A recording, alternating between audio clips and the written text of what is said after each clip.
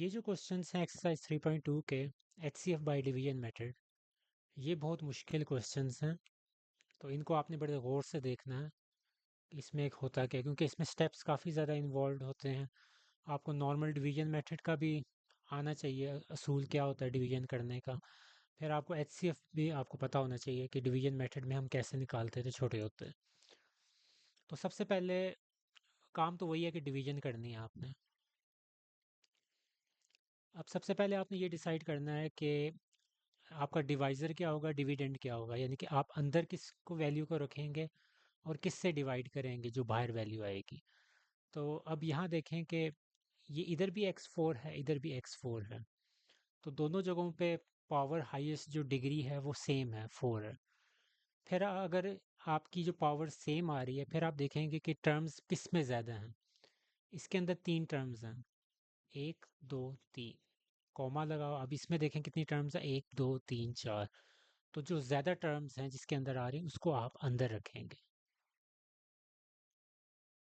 उस पूरे जो आपका पॉलिनोमियल है उसको आप अंदर रखेंगे। ये आपका डिविडेंड आ गया। और ये जो आपके पास बाकी बची ये आपके पास आ जाएगी बाहर।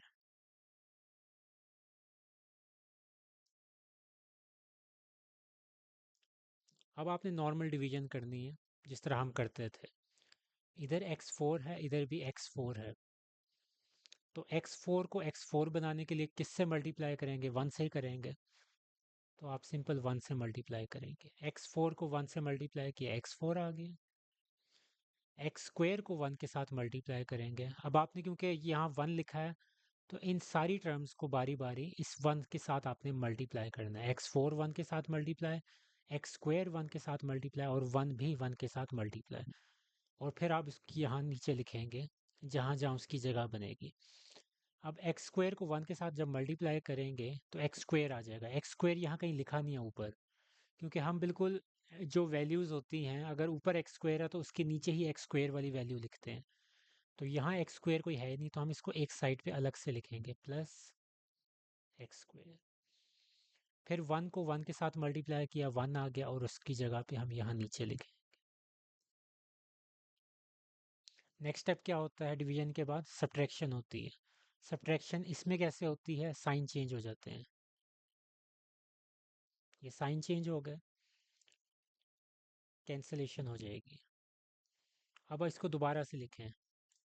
अब जो बाकी बच गए हैं, क्या बचे हैं, ये आपके पास एक्स क्यूब आ गया।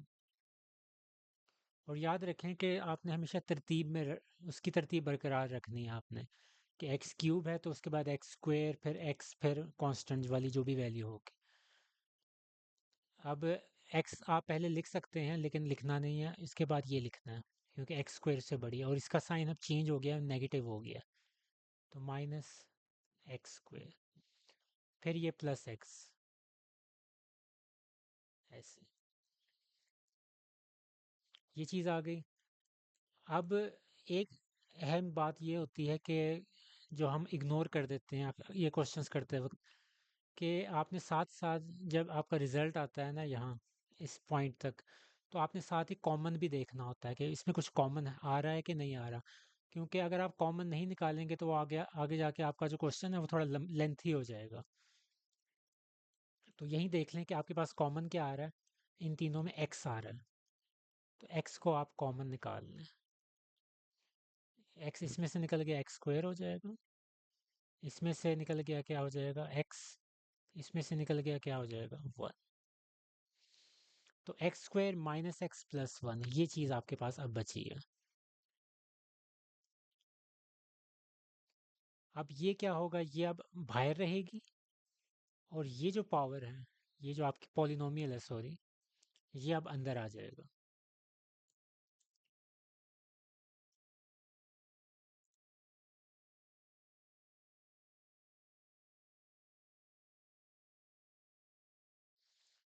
जो आपका अब रिमाइंडर था वो बन जाएगा डिवाइज़र।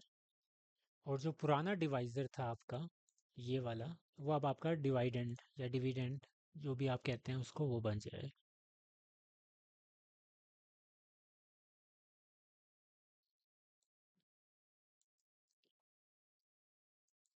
मैं इसको दोबारा रिपीट कर रहा हूँ। यहाँ तक आपका रिमाइंडर आया था। रिमाइंडर में से आपने एक्स कॉमन निकाल लिया। एक्स कॉमन निकल गया यानी कि ख़त्म हो गया, उसकी अब आपने उसको आगे यूज़ नहीं करना। अब जो आपका बाकी रिमाइंडर बचा कॉमन निकालने के बाद, उसको आपने बाहर रख दिया। इसको आप इस तरह भी यहीं से कर सकते हैं कंटिन्यू, ये ऐसे कि वो सीधा सीधा आप यहाँ लिखते हैं ये चीज़। लेकिन जो आपके रजिस्टर्स होते हैं उनमें इस तरह पॉसिबल नहीं होता कि इतनी स्पेस नहीं होती। यहाँ तो मैं बेशक इस तरह लिख दूँ कि यहाँ से इस तरह जा रहा है, यहाँ से इस तरह जा रहा है, तो ये काफ़ी डायगनल ये वर्क फ्लो जो आपका होगा चलता रहेगा, लेकिन हम इस तरह करेंगे नहीं। तो ये आपका जो अब यहाँ रिमाइंडर आया है, इसको आपने रख दिया बाहर, और जो आपका पुराना डिवाइडेंट डिवाइज़र था वो आ जाएगा इसके अंदर। तो अब इस तरह हम डिवीजन करेंगे दोबारा से।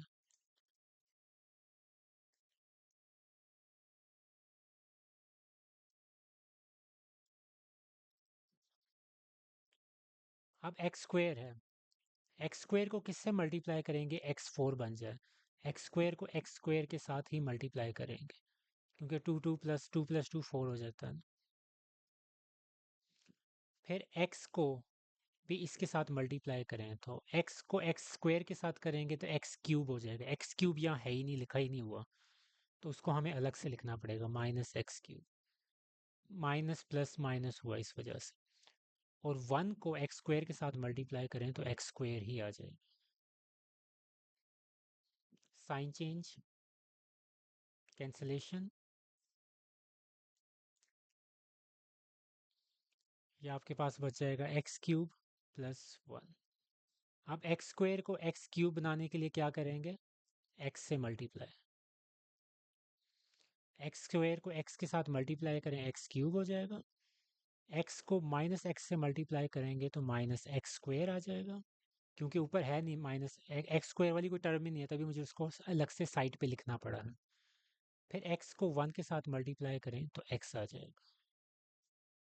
एक्स वाली टर्म भी ऊपर कोई नहीं थी, तो इस वजह से एक्स भी मुझे अलग से साइड पे लिखना पड़ा। साइन चेंज कर दें, सब्ट्रैक्शन हो रही है।